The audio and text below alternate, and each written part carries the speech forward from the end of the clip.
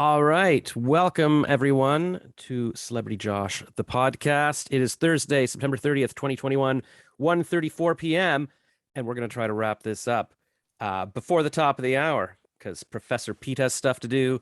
I got stuff to do. I've been delayed by the guy cutting hedges outside my basement window, which is stressful, but that's what Pete is an expert on. So maybe he can help me deal with the stress. How's it going? Good, Josh. Thank you for having me on the show, and I appreciate the time of your listeners. Ah, well, I wouldn't be as presumptuous as to make listeners plural, but who knows? Maybe this will be the show that catches on. Um, it's exciting. It's been quite a day. I was yesterday. I went to Toronto for a little family reunion, and we hung out with my niece and nephew the day before, and then. The minute we got to their house, my sister got a text saying somebody in my nephew's class uh, had been exposed to COVID or something. Mm. And then he was pulled out of class, his sister was pulled out of her class, and then today, I guess what happened? I don't know. My sister went for she went for a rapid test because the kids like to play hockey. We want to know if they were safe, and then she messaged this morning and said, "Oh, they've got COVID." So the nephew has symptoms, the niece doesn't. My sister tested negative, and then my dad was freaking out. He's like, "Oh, you wouldn't get tested." He's like, "You get tested too." I'm like, I'm looking it up. I'm like, I don't think we can get tested yet. And he went all the way to the clinic, and they're like, yeah, it's too soon. So we'll just have to live our lives until we see. So that's Mhm. what's going on. That's the stress. Mm. That's today's stress. There's always new stress. Of course, of course. And I think, what you have to think about is what aspects of that, for each of us individually, we have to think about what can we control and what we can't control.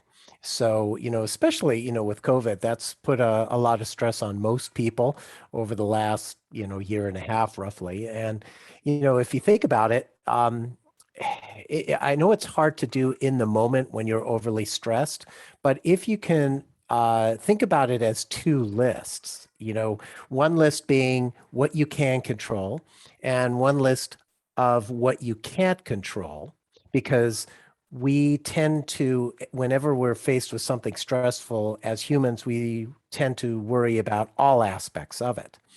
But it's what our energy goes towards, which is so important.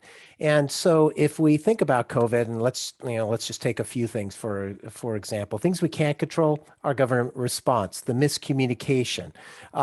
Heck, we can't even control a person next to us wearing a mask or staying, let's say, 6 feet away from us. But what can we control? We can control washing our hands consistently, wearing our mask. We can control our mindset about this whole situation. And so if we can list out in our what we can control, list out what we can't control, and focus as much of our attention on what we can control, the things that we can affect change in, our stress is going to go way, way down about it, because when we feel like we're in control, when we feel like we can make a difference, that's when our stress level goes down. And if we can shut away or put away as much of the energy on the things that we can't control, we can't affect change on, then it's going to be good, because that's not going to be wasted energy, if that makes sense. Yeah, and if you were wondering what that noise was, I just realized I can control the light that's coming in from the window. So I decided to close my blinds. So that's one thing I did. And that it makes me wonder how much, like how much masks and stuff actually do. I wonder how much of it is sort of giving people the illusion of control. If you wear a mask, you're okay. Like, 'cause otherwise, you're just wandering around with nothing to do. So it feels like we've given people things to do: wash your hands, wear a mask. Not that, I mean, not it's completely made up, but I feel like people want some kind of thing, and that's why a lot of people believe in I don't know, horoscopes or good Mhm, luck charms. You want something in a mhm. world that feels out of control for sure. But Well, and I think you're right about that. I mean, whether it's horoscopes, or fortune tellers or whatever it happens to be, it's all about what is it that makes sense to you as an individual, and you have to be able to align whatever your beliefs are with whatever you're hearing. And the challenge is that, each of us has our own opinions about things. And one of the things that works for me in terms of when I come across someone else who may not have the same beliefs as me is I tell myself to respect the other person's perception of the world. The Yeah. word there is perception. So I may not agree with it. Um, I just know that that is how they perceive the world. It may or may not be the same as how I perceive the world. I don't have to agree with it. And as I mentioned earlier, I can't control that other person. So, when if we get upset about somebody else's opinion, um, and we start thinking, oh, I need to control this person, that's when we really start getting into, areas where we're just going to stress ourselves out because, the fact of the matter is we can only control ourselves. That's it. Yeah, and I find that's a lot more comforting to know that. Like for example, my dad doesn't exercise, and I really want him to exercise. I really want him to, Mhm. and it's been driving me crazy for 20 years. But I realize you can't. I mean, you can do what you can. You can help someone. But I even bought him a treadmill once, and I came to visit again, and it was gone. He had sold it back to the store. So like, there's only so much you can do. Do you Um, do you have any kids? no, and Okay. that's my that's my great regret, and that's why what was I going to say? Yeah, I was about to say I wish you would talk to me like 20 years ago, because I used to break up with, there was a girl that liked me and I'm like, oh, she believes in horoscopes. And because I had taken psychology and learned that they're foolish. And then there was another girl that really liked me. I'm like, oh, she votes conservative. Mhm. Or I met another girl and it's like, oh, she drives a BMW, that's not good for the environment. So I could have easily had kids with any of these people, but because I was so like, no, I've got to control them. And then even my last one of my great girlfriends when I was like my early 30s, I think she said she sort of maybe believed that the moon landing was fake, and I'm like, what, are you crazy?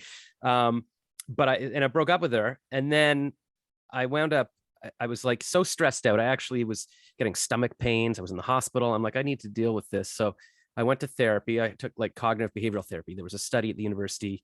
I saw a poster. It said, do you stress about everything? I'm like, yes. Or were you worried about everything? Yeah, it was like kind of anxiety. And Mhm. then, yeah, they did some cognitive behavioral therapy. And kind of what I learned in that, I don't remember, it was many weeks, but the gist of it was, yeah, what can you control and what you can't. So I knew I can't go back in time and not break up with her stupidly or whatever. But the one thing I decided, here's something I can control. I can mail her a card. Like she told me not to email her anymore or whatever, not to be in contact. But then she did send me out. I was on an email list. She'd started a film festival, a small town film festival, which is my idea. And I was on the list. I'm like, aha, she emailed me. So now I'm allowed to contact her. But I didn't want to email her because then she could email back and say, leave me alone. So I just decided I was going to mail a letter on holidays. I would mail like a St. Patrick's Day card or a Canada Day card.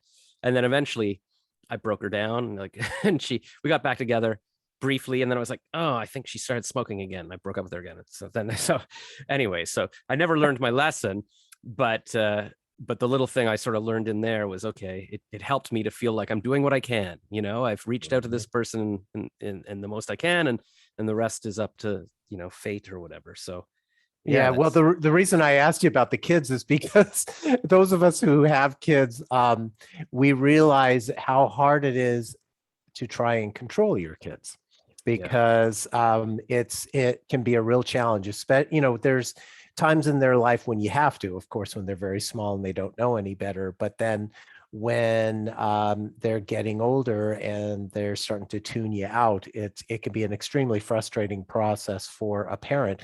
And then you get to like you said about your dad selling back the treadmill. Well, that's the other thing is that our parents become our older kids. And so I have an elderly mom who is my oldest kid right now. I have to, financially support her, but I also have to let her be as independent as possible. But I know that that's not in her best interest. But I had to let that go because she doesn't have that much time left, and I really wanted her to be happy. and she's most happy staying at home as opposed to being in like an assisted living place. And so I just had to respect that. But I have to put aside my own beliefs. I have to put aside my own frustrations with that, to be able to give her the quality of life that she wants. Yeah, that makes sense. It's kind of like, yeah, deciding what you can do. Because I mean, there's so many things I know my parents should do. Like I contacted a personal trainer down the street. And I'm like, oh, maybe he can help my dad. And the trainer's like, well, I can't trick your dad. Because I was saying, I said to the trainer, like, maybe I could tell my dad I paid for 2 months of training. And then if he doesn't go, I don't have to pay. And he's like, well, we can't trick him. Like, but he said, I understand your frustration. I've got my own father. I can't get him to exercise. I'm like, well, okay, even if the personal trainer can't do it. And then, little things like I tried to introduce my mom to Google Photos. I'm like, you'll like this. It'll store your photos. And she's like, no, no, no, I don't want my photos all over. I'm like, no, that's not how it works. For 2 years, I was like, you'll like this. And she's like, no, no. And eventually I got her to do it. I think maybe by showing her my sister did it too. And then she's like, oh, I love it. Now it's her favorite thing. But I'm like, well, why don't you just listen to me? But they particularly don't trust me. Sometimes if I want them to do something, I'll tell my sister to tell them to do it, kind of, because she's the golden child. She's got 2 kids. She's albeit with COVID. See, I have kids that I don't have kids, so they don't have COVID. But I sort of keep making bad choices in my life. Like I mean, I regret breaking up with all my girlfriends, and then 6 years ago I left my job in copywriting, and then I sold my condo a couple of years ago. So I sort of had things going well, and now I've been living in my parents' basement for a year because I was going to be a digital nomad, and now so they want me out in a month. They asked my sister to tell me to leave, Oh, but I'll go somewhere. But my dad's like, you should get an apartment in Ottawa, like here, like to be close to us. We can help with your laundry. And I'm like, well, yeah, so you half want me around, but I might go back to Toronto. But yeah, it's frustrating. Like, but if you can get past that and just go, you know what, I can't control other people. It does take a bit burden off you because you can't control other people. But what you can control is yourself. You can force yourself to get up and exercise or work or whatever it is that you want to do. And that's why I find a lot of times I'm always telling people, hey, you should do stand-up comedy or whatever. And I realize I'm projecting on everyone. You should be doing what I should have done. Like I want to be doing stand-up comedy, but I can tell everybody else to do it. It's like ridiculous. yeah. The one thing though that you should definitely do too is, we all do this where we look back in our past and we think, I should have done this differently, and that's actually one of the two biggest negative stressors that we do to ourselves. It's called rumination. It's Mm. basically having guilt about doing something or not doing something in our past. And if we can look back and try and get the positive learnings from those experiences and then let go of the rest, Mm. boy, it's a huge game changer It, because you really, it's true. It really is. I mean, none of us are perfect. None of us are perfect. And, I always refer to myself as, what do I want to do or what am I going to do when I grow up? And because I'm still a kid at heart. I'm in touch with my inner child, and I there's things that definitely still trigger me, and a lot of times I don't realize it until after it triggers me. mm, And often it is something from my past that is just something that just, you know what I mean? And so there's always a learning, always a positive learning from that. And there's a reason why you didn't end up with any of your ex-girlfriends. There's a reason why you sold your condo or you left your job or something like that. There's positive reasons for that. And whatever else you're beating yourself up about, let it go. Let it go. Maybe it's for you wrote that card for one of them. Maybe for the rest of them, you need to write a card or send or write a letter. You don't have to send it. You don't have yeah, to send it, but I tell you, it's like journaling. When you start writing out things about it, boy, you can get rid of a lot of that pent up negative emotions that are inside of you. yeah, I do want to try that. That's another thing I regret, actually, not writing a diary every day of my life. Mm. Because I found an old diary that I kept when I was 14, because somebody gave me a little diary. So I wrote in a page every day for the year, and then it ran out. It never occurred to me buy another diary. It would have been great to go back. Um, But yeah, like I was actually last week, I was like, I'm gonna start making a list of everything I regret in my life just to beat myself up. I don't know, from breaking up with Sarah when I was 18 for absolutely no reason. And then turns out I still 30 years later, I'm 48 now, and she's still like the Mhm. perfect girl. And then and then why did I go into advertising? It's like if I'd known I could have gone into radio, or you know what, I should have done my master's and then I could have gone to Oxford and Harvard and been a brilliant professor. And I've wasted 20 years in advertising. And why did I break up with Jen and then the other Jen and then the third Jen? And then, like I just every minute I think of a new regret. Oh my God, I forgot about that girl. Why was I rude to her? Because I kept thinking, oh, there was an endless stream of girls. And now it's like, okay, I feel like I figured it out, but you can't get that time back. Now I'm like, oh, right. That's why I should have married Jan when I was 22, because now I would have a 26-year-old kid. But if I start now, it's just, yeah. So, I mean, what you're talking about, rumination, it's torture. It's awful. And what I try to do every day now is like I film a little summary of my day at the end of the day, but that's Mhm. just have a record of my day. But I don't know. I don't know what the point is. There's not much point other than exposing myself to the world and giving people fodder to attack me with.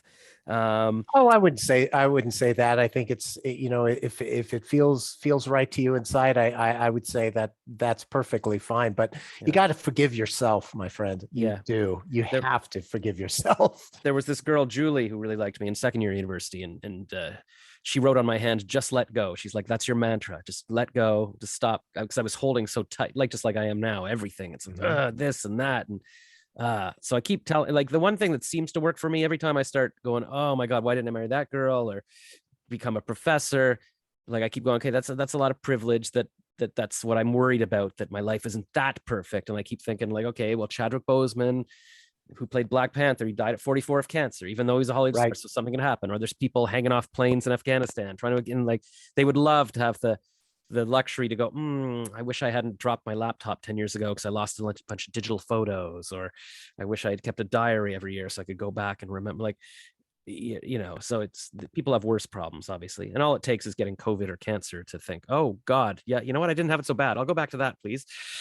Mhm. Well, um and it's a good point that you say there too, because too many of us, I would say the vast majority of us, we take our health for granted. And when you think about that, yeah, sure, you take your health for granted, but then think about the last time that you might have been really sick with the flu, let's say. And did you feel like you wanted to do anything other than lie in bed?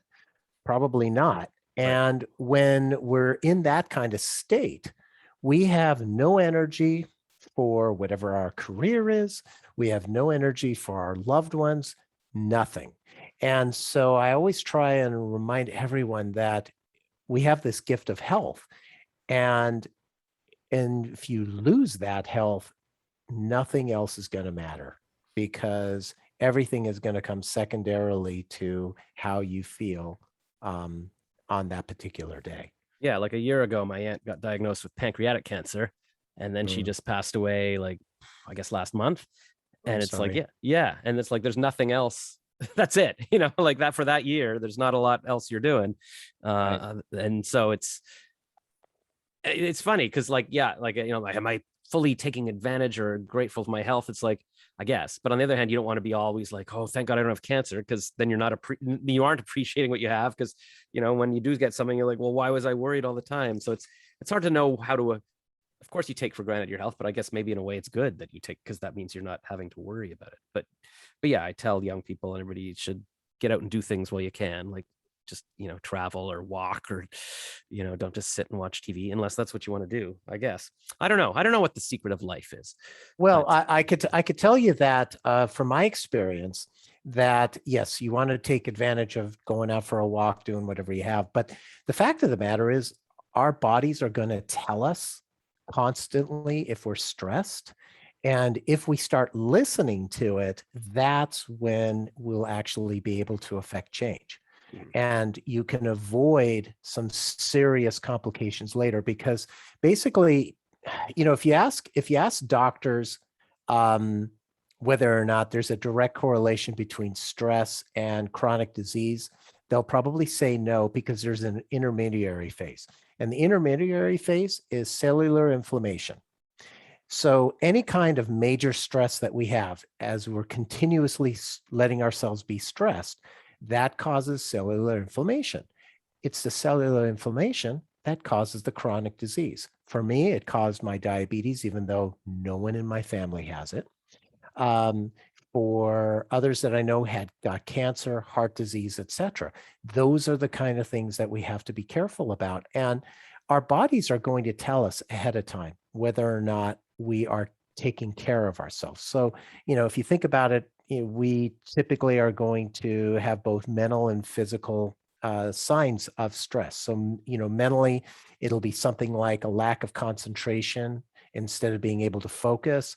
It might be mood swings going from happy to sad or angry at a moment's notice.